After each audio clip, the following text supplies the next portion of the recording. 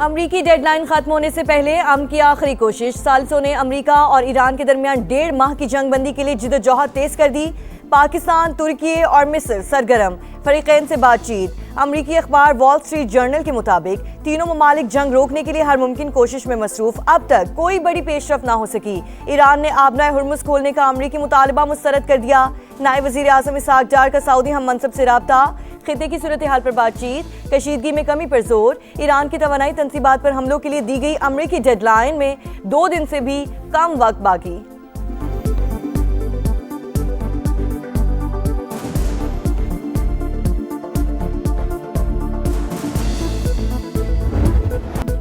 Tehran को eastern time के मुताबिक मंगल रात 8 बजे तक मोहलत। समझौता ना किया तो सबको छुड़ा देंगे, ट्रंप की धमकी। अमरीकी सदर गालियों पर उतर आए। ईरान के खिलाफ नाजेबा अल्फाज का इस्तेमाल। कहा मंगल बिजली घरों और पुलों की तबाही का दिन होगा। काम एक साथ मुकम्मल करेंगे। आबना हुर्मुज ना खोलने पर जिंदगी जहन्नुम बना दी जाएगी।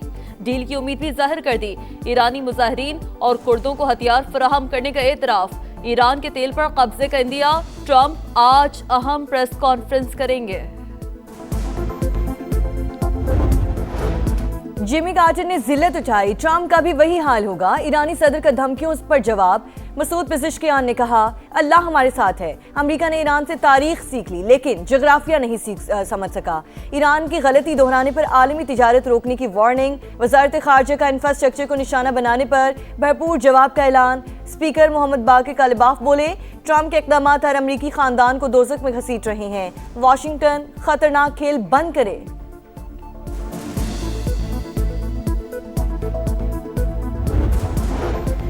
ट्रंप की जानिब से नाजेबा अल्फाज का इस्तेमाल। अमरीकी सेनेटर्स और अरकान कांग्रेस की शदीद तनकीद। चक शूमर बोले, अमरीकी सदर पागलों की तरह चीख रहे हैं। ग्रेगरी मैक्स ने कहा, ट्रंप का बयान अमरीकी साख को नुकसान पहुंचाने के मुतरादिफ है। सेनेटर बर्नी सैंडर्स ने अमरीकी सदर का बयान गैर मुतवाज़िन जहन की अक्कासी करार दे दिया। कांग्रेस पर जंग के खात्मे के लिए इक़दाम पर जोर। सेनेटर क्रिस मर्फी ने भी सदर ट्रंप के बयान को पागलपन करार दे दिया।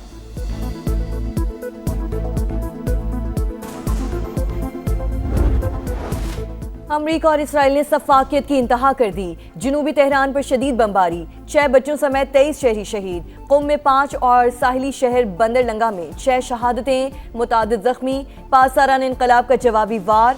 सहूनी रियासत पर मिसाइल दाग दिए। 4 इसराइली फौजी हलाक, मुतादिद जख्मी। इमारत मलबे का ढेर बन गई। इसराइली शहर गलीली में भी सायरन बजने लगे। मशरक़ वुस्ता भी ईरान के निशाने पर। मुत्तहिदा अरब अमारात और कुवैत पर मिसाइल और ड्रोन से हमले। बगदाद एयरपोर्ट के करीब भी आग भड़क उठी। सऊदी फोर्सेस का मजीद 2 ड्रोन गिराने का दावा।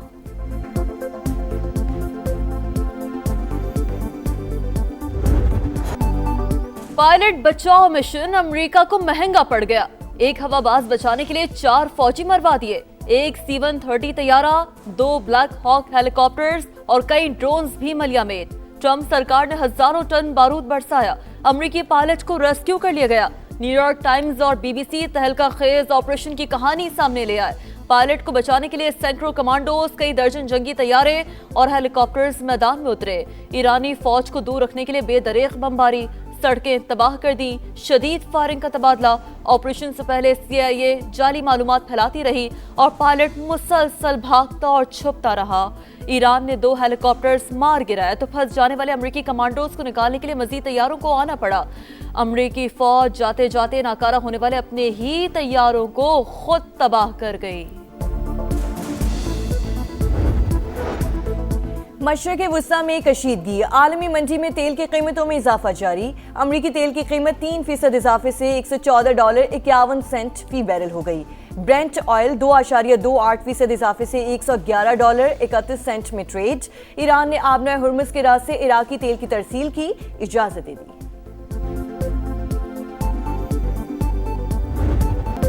कारोबारी हफ्ते का पहला रोज पाकिस्तान स्टॉक एक्सचेंज में मंदी बरकरार। मार्केट 3 हदें गवा बैठी। इंडेक्स में 2627 पॉइंट्स कमी, 1,47,771 पर ट्रेड। एशियन स्टॉक मार्केट में मिला जुला रुझान। जनूबी कोरिया और जापान के निक्केई इंडेक्स में इजाफा। शंघाई और हांगकांग मार्केटों में गिरावट।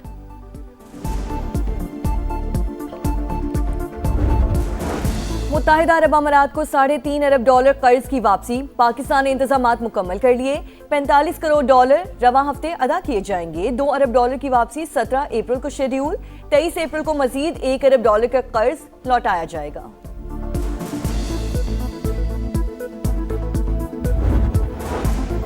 वजीर आजम का UAE की खुर्फकान बंदरगाह पर मिसाइल का मलबा गिरने पर इजहार तशवीश। जख्मियों की जल्द सेहतयाबी के लिए दुआ। पाकिस्तान मुत्तहिदा अरब अमारात के अवाम के साथ खड़ा है। शहबाज शरीफ का ट्वीट, खित्ते में कशीदगी के खात्मे पर जोर।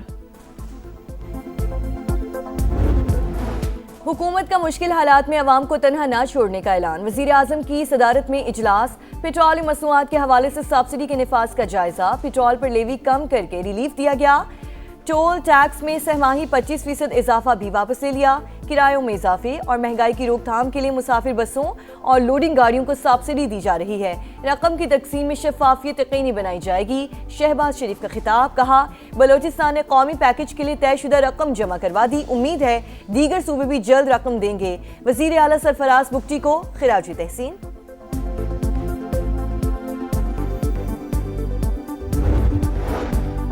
बलूचिस्तान में किफायत शारी प्लान पर आज से अमल दरामद। तवानाई बचत के लिए मार्केटों, शादी हॉल्स और रेस्टोरेंट्स के औकात कार तब्दील। मार्केटें रात 8 बजे, शादी हॉल्स और तकरीबात, रेस्टोरेंट्स और होटल रात 10 बजे बंद।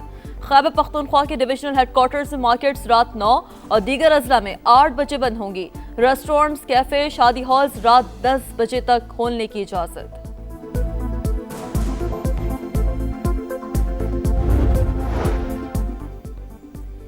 खैबर पख्तूनख्वा में अजीब लोगों की हुकूमत है। सुहेल आफीदी को अपनी जिम्मेदारियों का पता ही नहीं।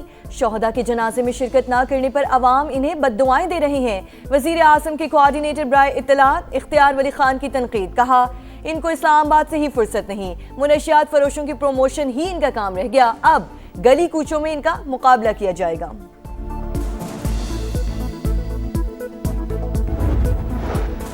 मियांवाली एक्सप्रेस को खुशाब के करीब फिर हादसा। 3 बोगियां पटरी से उतर गईं। इसी मकाम पर 2 रोज पहले भी यही ट्रेन डीरेल हुई थी। ट्रैक की बहाली के लिए काम जारी।